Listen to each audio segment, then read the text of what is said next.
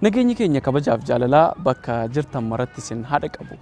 Ashama akkam jirtu kabajamtootaaf jaalatamtoota hordoftoota keenya. Amiikoo hibir kutaa qophii afaan Oromoorraa qophiin keenya fuullee har'aa eegaleeti kan jiru. Qophii keenya fuullee har'aatiin isa egaa uffata aadaatiin miidhagneeti kan dhufne.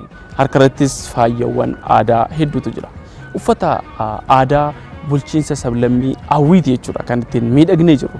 Sababni isaas egaa dhimmoota aadaa akkasumas duudhaa hawaasa sanaa waa tokko isiniif qopheessineeti kan jiru. Dhimmoota hawaasichaa, dhimmoota aadaa fi duudhaa hawaasichaa irratti waan isiniif qopheessineetu jira jechuudha. Keessumatti uffata aadaa nuti uffannee jirru kuni uffata aadaa Jaanoo jedhamuun beekamudha jechuudha. Harkarrattis ciraa qabanneetidha kan jiru. Akkasumas egaa haala miidhagaan uffatamuu kan danda'u jechuudha. Bifa miidhagaatiin mallayyoonis ni jira jechuudha. Kanneen isiniif qopheessineeti kan jiru. Hanga xumura qophii keenyaatti immoo nu wajjin yoo taatan waan guddaa irraa barattu. Hawaasni bulchiinsa sablammii Awwii eenyu isaanii eessattidha kan argamanii keessumatti aadaan isaanii maal fakkaata kan jedhu irratti waan isiniif qindeessine qabna. Hanga xumura qophii keenyaatti nu wajjin turtii gaarii isiniin jenna.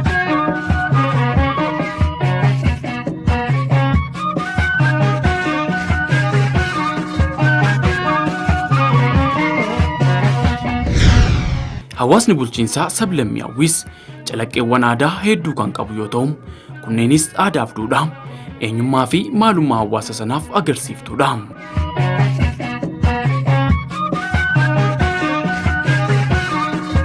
Keessumatti hawaasa bulchiinsa sablammii Awwii biratti egaa kalaqa isaanii yeroo durii jechuudhaan egaa ol baasee mul'isuu kan danda'u inni tokko dibaabeedha egaa.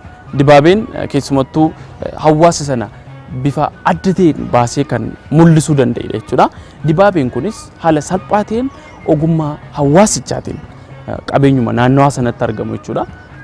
Mukkeen adda addaarraa wantootuma naannawaa sanatti biqiluu danda'an irraa haala addaatiin hojjetamuu kan danda'edha jechuudha.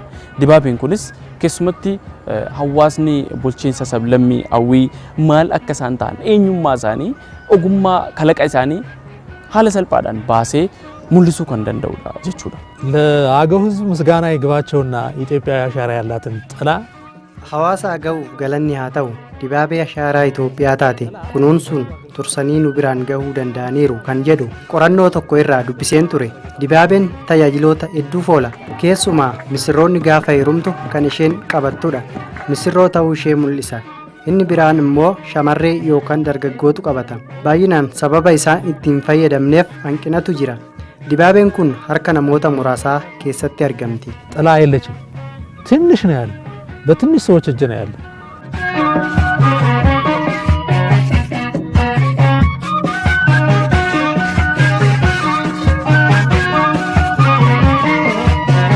dibaabee miidhagduufi calaqqee hawaasa naannawaa sanaa taate sigaa hojjechuuf naannawaa sanatti wantoota argaman irraa kan qophaa'udha.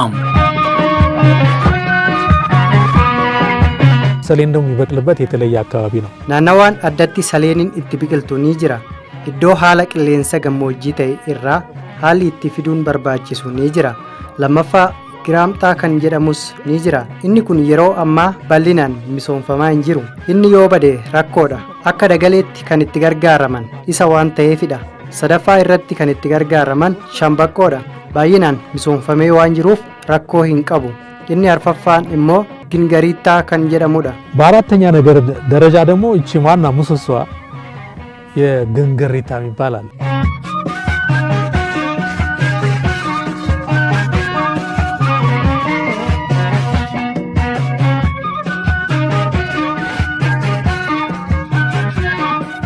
mukti qabatanii dibaabee kan hojjetan bakka jaatti erga qoodamee boodam gara hojiitti seenamaam አሁን እችንን ወደዚህ እንደዚህ ሰነጥቃለን akka dibaabee kana qabachuuf ta'utti irraa tolchuuf iddoolee ja'a kan ta'utti babbaqaqsina yeroo dha'uu eegallus lama lamaan walirraa jalaan kaa'uun tolfama akka madaalliin isaa eegamuufis sirnaan ilaalamuun wal qixxeeffamee tolfama isaa booda shiboodhaan hidhama akka inni jabaatuuf gargaara እነዚህን ባላንሳቸውን በዚህም ትርፍ እንዳይመጣብን እንደዚህ ካስተካከልን በኋላ በሽቦ እናስራታለን።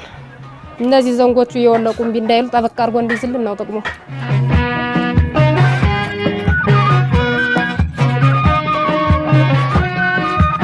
Dibaabee kana hojjechuuf of eeggannoo fi xiyyeeffannoo addaa itti kennuun barbaachisaadha.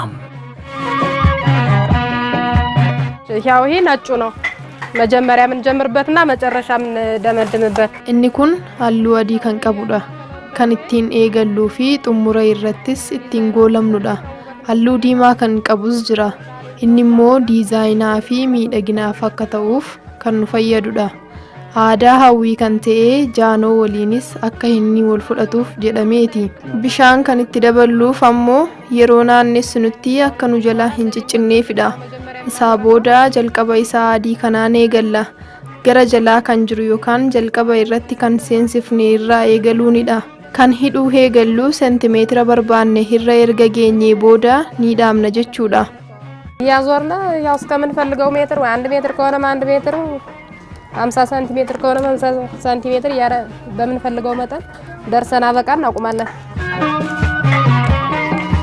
Dibaabeen kun yeroo aduu yookaan waqtii roobaa qofaaf kan itti gargaaramnu osoo hin taane minjaala gubbaa manaa fi biiroo keessallee kaawwachuun miidhaginaaf ooluu irratti argama. ትልቁን ጥላ ሳይሆን አሁን ሰው እየፈለገ ያለው ቢሮ ጠረጴዛ ላይ የምትቀመጥ ቤቱ ላይ የምትቀመጥ ትንሽ ጥላ ከነ ማስቀመጫው ጋር መስራት ነው። ጂኦኔ ጠረጴዛ ወይም የቢሮ ዝም ብላ ቁጭ ምትል ነው እንጂ ትልቁ ጥላ የለም። ትልቁ ጥላ የሚጀመረው በ1 ሜትር ነው። Miidhaginaan cinattis jabinni isaa kan leellifamuuf dibaabeen kun guyyaa tokkotti xumuruun ni danda'amaanis yaada ogeessotaa ogummaa kanarratti bobba'aniiti.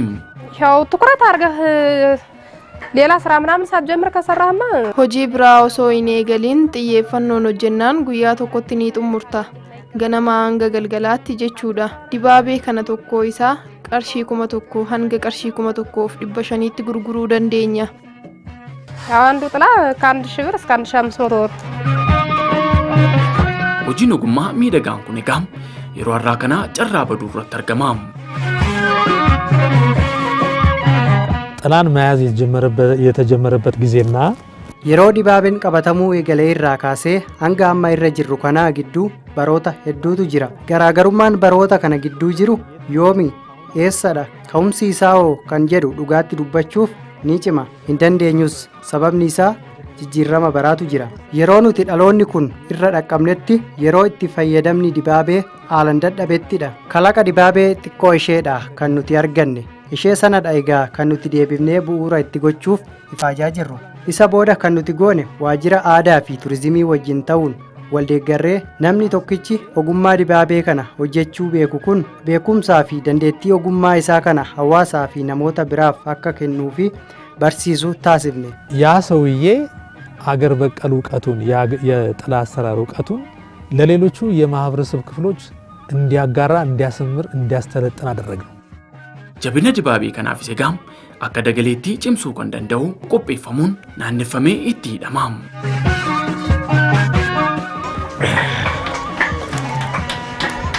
ለዚህ ለማገር የምትሆነው አዘጋጅታ አምጣል ይቆርጣ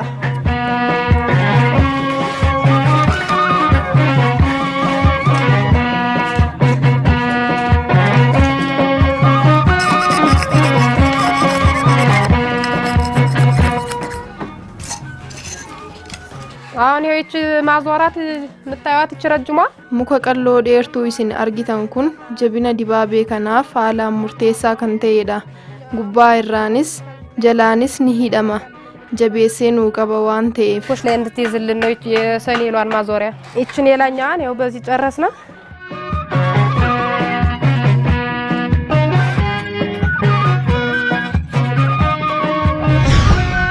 erga xumuramuu jala ga'es akka mallayyootti mataa dibaabee sanaarratti kan godhamu halluu adda addaan miidhagee itti tolfama. Miidhaga irrattis miidhaga biraa dabalaafi.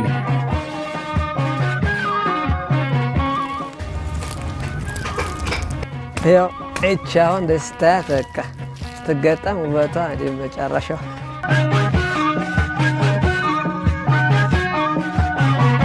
ስለዚህ አሁን እንግዲህ አውልቂያታለሁ ሌላ አዲስ ተካባታለሁ amma isa dura ture baaseera. Haaraa kan qalloo ta'ee qabannaaf toluun itti godha jechuudha. Akka mallayyootti gubbaa irra taa'uuf kan oolu kana fuunee itti godhuutu nu hafa jechuudha. እዚህ በኋላ የቀሩንን እነዚህን መቆረጥ ነው በሰጌቱ። እንደዚህ አድርገን አዘጋጅተን ከጨረስን በኋላማ ያው ለሚፈልግ ለገበያ ማቅረብ ነው።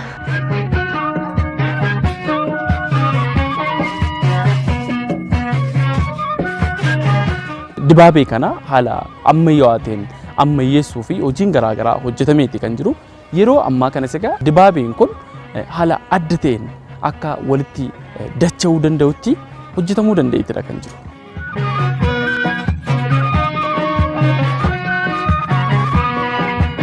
ይችን አጥፌ እስከዚች ነው ታጥፋ ገብታለች። ከዚህ ጀምራ ታጥፋ እስከዚች asirraa eegaluun fuuldachaa sunidha kan inni qopheeffame gubbaa fi gajjallaa irraa eegalamee jechuudha. Sababni isaa salphaatti akka hin diigamneef gargaara. Amma immoo naannawaa isaa jaanoodhaan bareechee qopheessuufan yaadaa jira. Haala kanaan banamee walitti dachaafama. አሁን በጃኖ ይሄን ዙሪያውን ማሰር አለብን እያሉ ነው ማሰብ። ምክንያቱም ጌታ ያመጣል መልክ ስለሚያመጣው ማለት ነው። ያው እንደዚህ ይሄ እንዲሆናል ይሄ እንዲሆናል እንደዚህ ሆኖ በቃ ይጣጣፋል ይዘረጋል።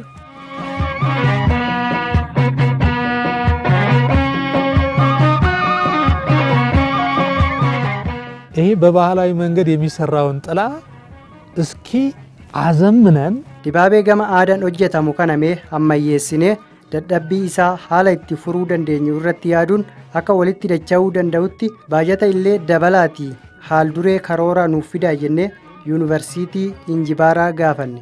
Isa booda osoo hin fidin hafan namichi kun garuu dibaabee duraan jiru fayyadamuun uffata gubbaan jiru irraa kaasuun haala ajaa'ibaan irratti hojjetee haala salphaan dacha'uu danda'a. ላይ ያለውን ልባስ አነሳና በላዩ ላይ ምን አረገበት ሰራበት በቀላሉ ይታጠፋል። Keessumatti gaa hawaasa bulchiinsa sablammii hawwii biratti jaalala addaa kan qaban akkuma kutaalee biyyattii bakkeewwan birootti jechuudha. Jaalala addaa isaan horii manaa yookaas beeylada manaaf qaban keessaa fardi isa tokkodha jechuudha. Fardi hawaasa bulchiinsa sablammii hawwii biratti akka saantima tokkoo fuula lamaati jedhamu sanaati jechuudha. Sababni isaas farda isaaniin qonnaadhaaf itti fayyadamu, imala garaagaraaf itti fayyadamu, yeroo gammachuu isaanii ittiin ibsachuuf cidha misirroon fardaan jechuudha kan isheen deemtu. Yeroo gaddaatti miira gaddaa bakka kamittillee jechuudha. Hedduu jaalatu, hedduu kabaju, kunuunsa addaati jechuudha kan isaan godhaniif.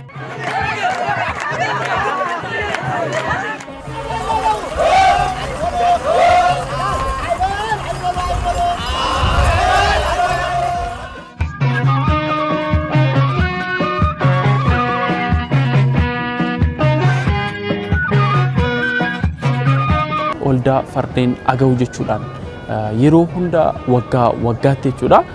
Ji'a eebilaa gaafa 23 yaadannoo addaatti kan isaan taasisaniif. Kunis jaalala isaan fardaaf qaban haalaan ol baasee kan mul'isudha.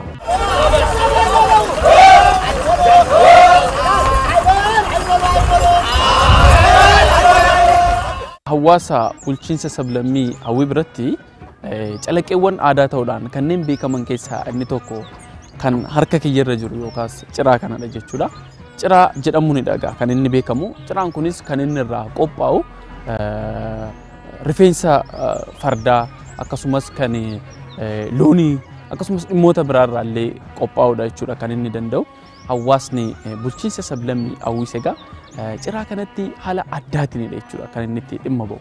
Keessumatti yeroo uffata aadaan uffatanii miidhaganii mul'atanitti jechuudha. Ciraan kun illee harka isaaniirraan dhabamtu. Kunis hiika guddaadha kan inni qabu.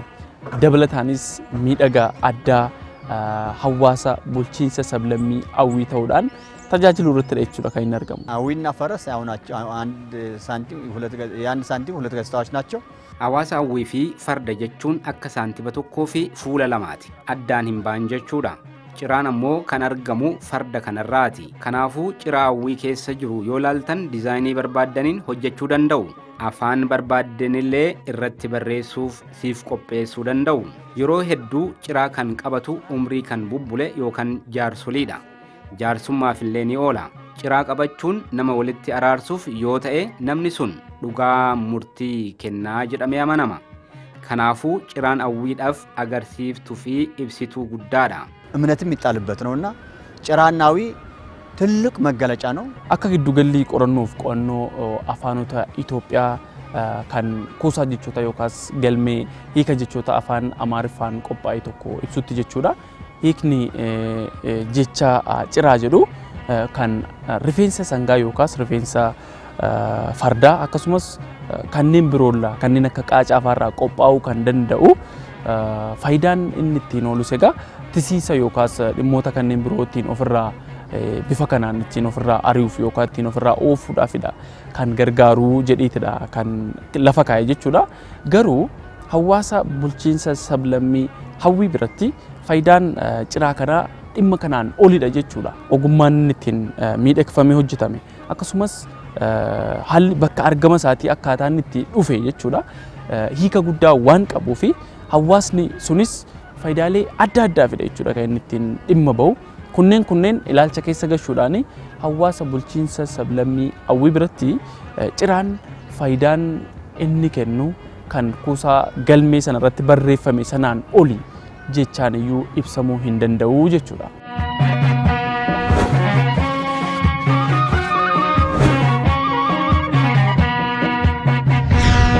Akka tasaatii fardi isaan jaallatan sun yoo jalaa du'e jechuudha. Yaadannoo farda sanaaf jecha ciraadha jechuudha kan isaan irraa qopheeffatan. አንዳንዱ ሰው ፈረሱ ሲሞትበት ማስታወሻ ብሎ ያሰራል። namni tokko fardi isaa gaafa jalaa du'u yaadannoodhaaf hojjetata. Farda qonnaaf oolu kan yaabbatanii akkasumas farda dhaltuu ta'uu ni danda'a. Inni kan biraan immoo yeroo uffata aadaa uffatutti guyyaa ayyaanaa ciraa yoo harkatti hin qabanne miira gaariin sitti dhaga'amuu dhiisuu danda'a. Bu'aa aadaa fi duudhaa akkasumas kalaqa ogummaa kee waan ta'eef waliin gaafa ta'u caalmatti bareeda. kabajaaf gatii guddaas qaba. ስለዚህ ጭራ ጋር ሲሆን የበለጠ ምን ያደርጋል? ይደምቃል። የራስ ባህል፣ የራስ ወግ፣ የራስ የዕደ ጥበብ ውጤት ስለሆነ ከዚህ ጋር አስተሳስሮ ስለሚያነሳው የተለየ ክብርና ዋጋ ይሰጠዋል።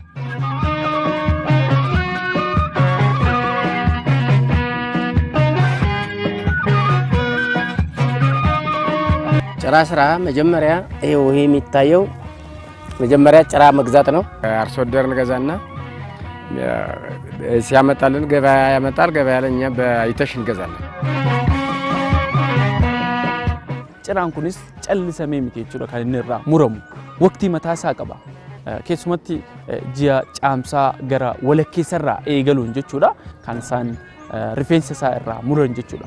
Kunis immoo yaadannoo fi jaalala farda isaaniif qaban ol baasanii mul'isuuf jecha harkattillee ciraa qabatanii yeroo isaan adeeman yeroo kamtillee harka isaanii keessaa kan hin dhabamnedha jechuudha. በፈረስ የሚቆረጠው እንደዚህ እንደኛ ባህል በአዊ ዞን ለሚቆረጠው ፈረስ akka aadaa hawaasa hawwiitti rifeensa fardaa ciraaf ta'u kan muramu ji'a caamsaa walakkeessarraa eegaluun hanga xumura ji'a hagayyaattidha. Aduun baduusaa fi titiisni haala akka yeroo sanaa hin jirre sababeeffachuun murama jechuudha. Ji'a fulbaanaan booda yoo murame titiisni rakkisuu waan dandeessuufi ዝንቡ ስለሚበላው ከዚያ በኋላ ብዙውን ጊዜ አይቆረጥም። አርሶ አደሮች ከኛ በላይ ይሄን በደንብ ያውቁታል። qotee bultoonni dhimma kana nu caalaa beeku. Tarii rakkoo uumuu kan danda'u osoo abbaa fardaa sanaa hin beekin bakkeetti irraa muranii yoo jiraate kun dogongoraadha.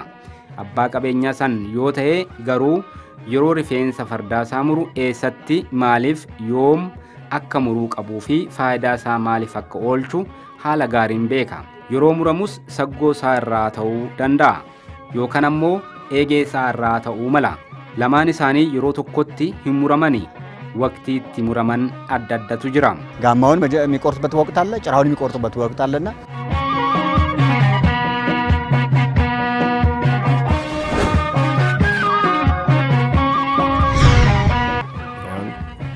እቺ የዚችን መልክ ይዘን እንድትወጣ የምትሆን አሁንች ልክ እንደዚህ ይሄ እንደዚህ ለማድረግ ነው አሁን የምሰራው። amma kanan hojjechaa jiru kun bifa kana qabaatee akka xumuramuufi akka inni madaalli isaa eeggatuu fi of eeggannoon hojjechuu gaafata. Qabannoo harka isaa irratti kan miidhagfamee hojjetamu shiboo walitti maramee irratti haala barbaachisuun kirrii fi sibaagoo adda addaa ni fayyadamna. Wantoota barbaachisan hunda erga qopheeffadheen booda gara hojiittan seena. Kirrii madaabaraa akkasumas ciraa fardaarraa qophaa'uu danda'a. Rifeensa fardaa sana muraasa bishaaniin cuubuun gubbaa qabannoo isaarraa eegallee dhahuu eegalla. Haala kanaan dhaame jennaan diigamuu wanti jedhamu hin yaadamu.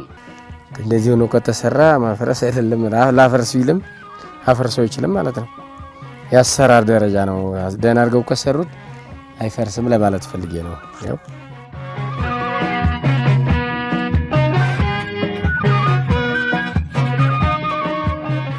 የመጀመሪያ ጨርሼ ወደ ሁለተኛው መደብ እየገባሁ ነው።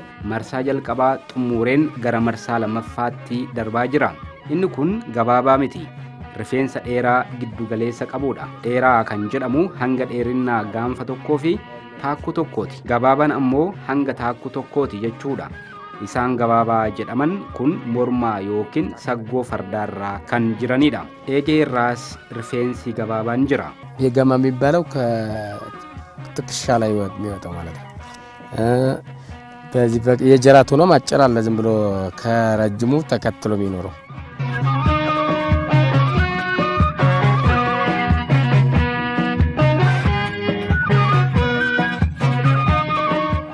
አብዛኛው መግዛት መጣው እና ምን እንዴት ነው ሙያው መልበድ ይችላል ሲሉ አይ ይለመዳል ምናልባት ትግስ ግን ያስፈልጋል እንጂ ነሞትን ሄዱን ቢቱ ፊሮ ዱፈን በሩኒ ደንዳማ ጀዳኒ ኑ ጋፈቱ ኦብሰ ጋፈተ መሌ በሩኒ ደንዴሳ እንጅዳኒ ሆጂቻ ኢላሉን ኡልፋታ ተኡሳ የሮ አርገን በሩ ፌዲ ኢሳኒኒ ረታ በክሌ እንጂ ቆጳዬ ኦሶ ሌንጂፍኔ በሬዳዳ አማ አኒ ሙጫ ቶኮ ሌንጂሴራ amma inni ana caalaa hojjeta.